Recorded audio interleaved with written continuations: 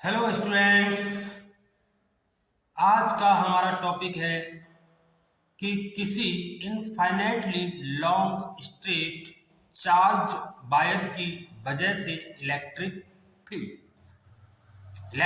Field हम इस long straight wire की वजह से जो इनफाइनाइटली लेंथ का है हम दो तरह से फाइंड करेंगे।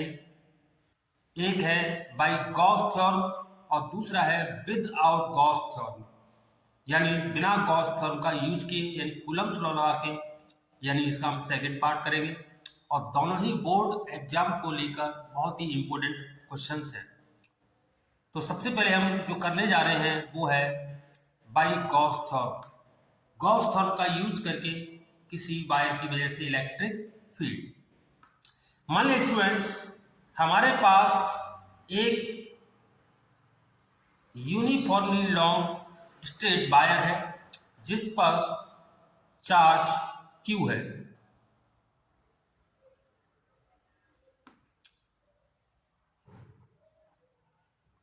जो इनफाइनाइट लेंथ का है, और स्टूडेंट हमें इस वायर से R डिस्टेंस पर इलेक्ट्रिक फील्ड फाइंड करना है। मान लीजिए स्टूडेंट, इसकी जो लीनियर चार्ज डेंसिटी वो लैम्डा है, where lambda is equal to Q upon L coulomb per metre है स्टूडेंट। तो इसके लिए हमें स्टूडेंट इस वायर की वजह से जो इलेक्ट्रिक फील्ड फाइंड करेंगे, इसके लिए हम R डिस्टेंस बोथ साइड एक गाउसियन सरफेस लेंगे जो आपका सिलेंड्रिकल हुआ, और उसकी जो लेंथ है सपोज L है।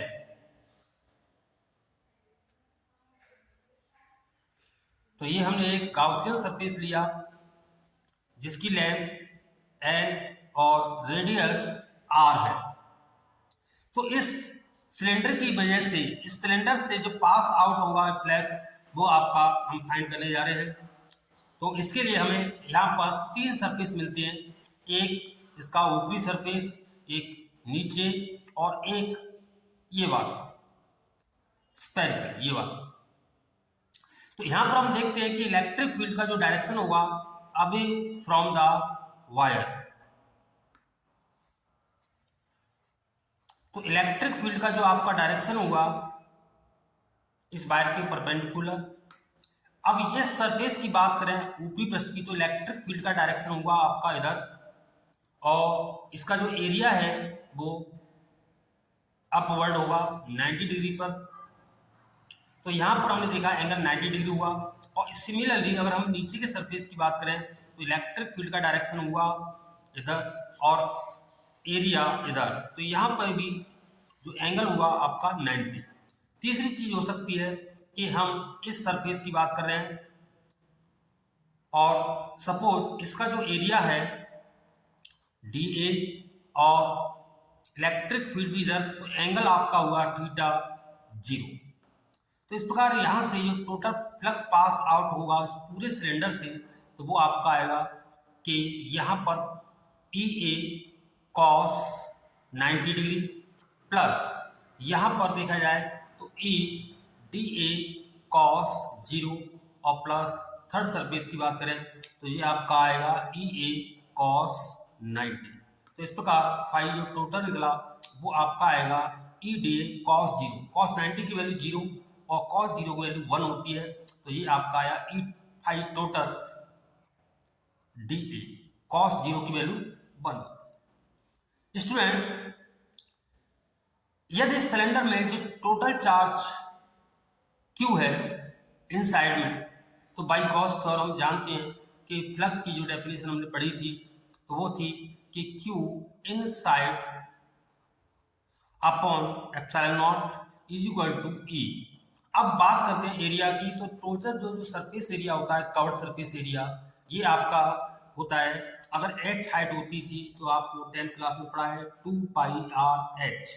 यहाँ पर हमने लेंथ L ली है, तो इस प्रकार यहाँ का जो सरफेस एरिया हुआ आपका 2 पाई r l। तो इस प्रकार हम जो इलेक्ट्रिक फील्ड आपका फाइंड हुआ ये 2 पाई r l नीचे आ जाएगा, तो ये हो जाएगा Q inside upon epsilon naught up 2 pi r है। इसको व्यवस्थित रूप में लिख देते हैं, तो ये आपका आएगा E equal to 1 upon 2 pi epsilon naught Q inside upon R L. Student यहाँ charge density lambda equal to Q upon L, तो यहाँ पर अगर ध्यान दें तो क्यू अपॉन एल, इसकी जगह हम लैम्डा पुट कर सकते हैं। तो ये आपका आ जाएगा 1 upon 2 pi epsilon 0 lambda upon r. तो ये था स्टूडेंट हमारा electric field by a long straight charge wire. अगर हम इसकी ग्राफ की बात करें तो स्टूडेंट यहाँ हम देख रहे हैं कि electric field inversely proportional to the distance. तो इट मींस कि डिस्टेंस जैसे जैसे हम इंक्रीज करेंगे और जितना बढ़ता जाएगा इलेक्ट्रिक फील्ड आपका कम होता चला जाएगा। तो इस प्रकार जो आपका ग्राफ बनेगा कि आर डिस्टेंस और ये इलेक्ट्रिक फील्ड को जनरेट कर रहा है, तो हम जैसे जैसे दूर जाएंगे इलेक्ट्रिक फील्ड कम हुआ, तो ये हमारा इस प्रकार का ग्राफ बनेगा कि डिस्टेंस इंक्रीज करने से इलेक्ट्रिक फील्ड आपका कम होता जाएगा। तो ये था हमारा electric field due to an infinitely long straight charge wire by use Gauss theorem. अब हम जो है दूसरा जो डेरिवेशन है इसी का दूसरा मेथड उसमें लिखा हुआ है विदाउट गॉस थ्योरम, जो एनसीईआरटी में क्वेश्चन दिया हुआ है, इसको हम करने जा रहे हैं। देखिए स्टूडेंट, तो स्टूडेंट अब हमारा जो सेकंड डेरिवेशन है, अब हम बिना गॉस थ्योरम का यूज किए उसी स्ट्रेट वायर जो लॉन्ग चार्ज वायर है इसके कारण हम इलेक्ट्रिक फील्ड फाइंड करने जा रहे हैं बाय कूलम्स लॉ। ध्यान से देखिए स्टूडेंट, ये बहुत ही इंपॉर्टेंट क्वेश्चन है, एनसीईआरटी का क्वेश्चन है। तो देखिए मान लीजिए स्टूडेंट वही पहले की तरह हमारे पास एक वायर है जो इनफाइनाइटली लॉन्ग और इस पर यूनिफॉर्मली चार्ज Q डिस्ट्रीब्यूट है और हमें इस वायर से R डिस्टेंस पर इलेक्ट्रिक फील्ड फाइंड करना है एट द पॉइंट P। तो इसके लिए हमें स्टूडेंट करना क्या है कि इस वायर पर हम इस छोटा सा कोई एक एलिमेंट इमेजिन कर लेते हैं। सपोज इसकी जो विड्थ है वो dy है और इसकी जो O से जो डिस्टेंस है वो y है और चार्ज इस पर dq है। तो आपकी लीनियर चार्ज डेंसिटी आपकी होगी lambda is equal to dq upon dy coulomb per metre. तो स्टूडेंट इस छोटे से चार्ज dq की वजह से, इस पॉइंट चार्ज dq की वजह से इस पॉइंट P पर जो इलेक्ट्रिक फील्ड बनेगा वो इस डायरेक्शन में होगा और मान लिया कि इस पॉइंट से इस पॉइंट की जो डिस्टेंस है वो आपकी x है और ये एंगल है वो थीटा है। तो इलेक्ट्रिक फील्ड जो आपका जनरेट हुआ DE इस डायरेक्शन में। अगर हम हॉरिजॉन्टल इलेक्ट्रिक फील्ड की बात करें तो ये एंगल भी आपका करस्पॉन्ड एंगल थीटा हुआ, तो ये होगा आपका base upon hypotenuse. It means ये आपका आएगा DE cos थीटा। इस छोटे से एलिमेंट dy की वजह से इलेक्ट्रिक फील्ड जो होगा हॉरिजॉन्टल r डिस्टेंस पर DE cos थीटा। तो इस प्रकार स्टूडेंट हम इस पूरे वायर को ऐसे ही छोटे छोटे एलिमेंट्स मिलकर बना मान सकते हैं। अगर हम पूरे वायर की वजह से अगर इलेक्ट्रिक फील्ड फाइंड करना है इस पॉइंट P पर, तो इसके लिए हमें क्या करना पड़ेगा कि इसका इंटीग्रेशन कर देंगे।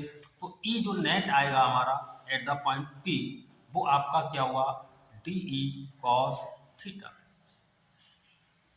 तो स्टूडेंट DE आपका हो जाएगा बाय कूलम्स लॉ से कि DE 1 upon 4 pi epsilon not जो चार्ज है dq और डिस्टेंस है x स्क्वायर। आपको याद होगा स्टूडेंट किसी चार्ज q पॉइंट चार्ज की वजह से r डिस्टेंस पर जो इलेक्ट्रिक फील्ड का फॉर्मूला था 1 upon 4 pi epsilon not q upon r square, यही था ना स्टूडेंट। तो हमारे पास DE की वैल्यू हो गई। अब हमें cos थीटा निकालना है, तो cos theta is equal to क्या होता है स्टूडेंट, बेस अपॉन हाइपोटेन्यूज। तो बेस आपका आर हो गया और हाइपोटेन्यूज हो गई आपकी एक्स। तो ये दोनों वैल्यू हम इस फर्स्ट इक्वेशन में पुट कर देते हैं और तो ये आपका आएगा E net integration d E की वैल्यू आ गई आपकी 1/4 pi epsilon naught d q upon x square into r upon x.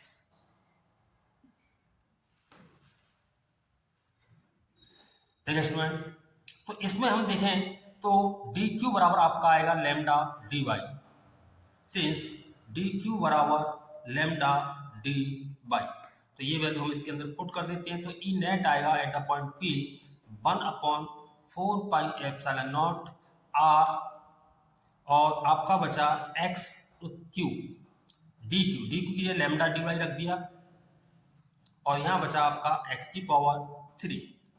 तो यहाँ पर आप देखें एक्स की वैल्यू कि हाइपोटेन्यूज का square is equal to base का स्क्वायर प्लस परपेंडिकुलर यानी बाई का स्क्वायर। तो एक्स आएगा आपका r square plus y square की पावर 1/2। ये वैल्यू हम यहाँ पर रख देते हैं एक्स की जगह।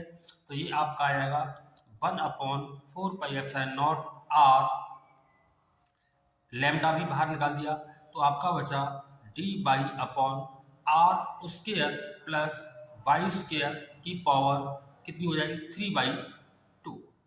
अब हम यहाँ देख रहे हैं कि आर स्क्वायर हमारा कॉमन आ सकता है तो हम इस आर स्क्वायर को कॉमन निकाल रहे हैं।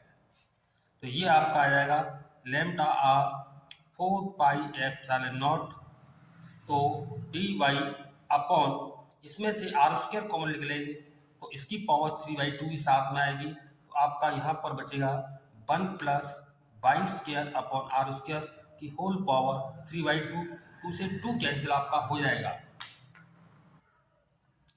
इस प्रकार स्टूडेंट जो आगे का हमने जो क्वेश्चन सॉल्व किया वो आ गया आपका r upon r q d y upon 1 plus y upon r का होल स्क्वायर और की पावर 3/2। स्टूडेंट अब इसका मार्क इंटीग्रेशन रह गया है तो हम इससे इंटीग्रेशन कैसे करेंगे थोड़ा ध्यान से देखना कि y upon r let y upon r हमने टेन अल्फा या थीटा जो भी आप लेट करना चाहें मान सकते हैं। तो बाई अपॉन आर आपका ये आ गया तो ये आपका आ जाएगा y is equal to r tan alpha. इसका हम डिफरेंशिएशन करेंगे तो d y is equal to r tan alpha sec square alpha into d alpha.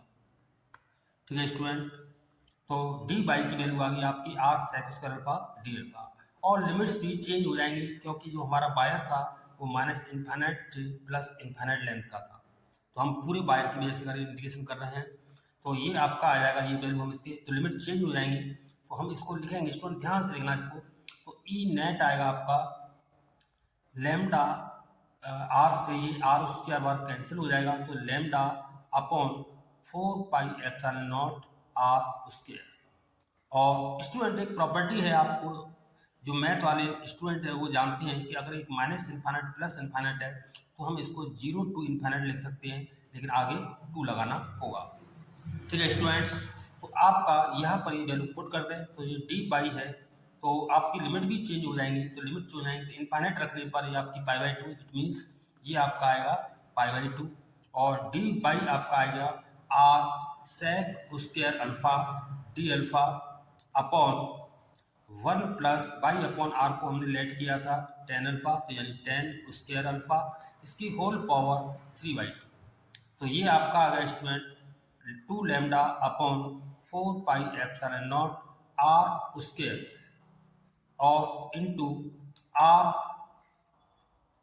0 to पाई/2 R sec square alpha D alpha और ये आपका होता है 1 plus 10 square alpha sec square alpha की और उसकी पावर है ये तो आपका क्या बचेगा सेक क्यू अल्फा बचेगा आपका स्टूडेंट। तो ये आपका कैंसिल होके ये आ जाएगा आपका सेक अल्फा। तो इस प्रकार आपका 2 से 2 कैंसिल कर सकते हैं तो लैम्डा अपॉन बचा आपका 2 पाई एप्सिलॉन 0 और आर से आर भी कैंसिल हो जाएगा तो ये बचेगा आर और इस प्रकार यहाँ पर बचा आपका 0 टू पाई/2 आर हमने बाहर निकाल लिया तो आपका बचा d alpha upon sec alpha it means cos alpha D alpha. और कॉस अल्फा का जो इंटीग्रेशन होता है 2 पाई एप्सिलॉन 0 आर, इसका इंटीग्रेशन जो होगा वो होगा आपका साइन अल्फा, और इसकी लिमिट है 0 टू पाई बाई 2। तो इस प्रकार स्टूडेंट ये आपका आ गया लैम्डा 2 पाई एप्सिलॉन 0 आर, और इसकी लिमिट रखेंगे तो ये आएगा आपका sine pi by 2 minus sine 0। Sine 0 की वैल्यू 0, तो साइन 90 की वैल्यू 1 होती है। तो इस प्रकार हमारा जो ई नेट आया by the wire lambda upon कितना आया 2 पाई एप्सिलॉन 0 आर। यही पहला डेरिवेशन आया था हमारा, और अब भी यही आया था।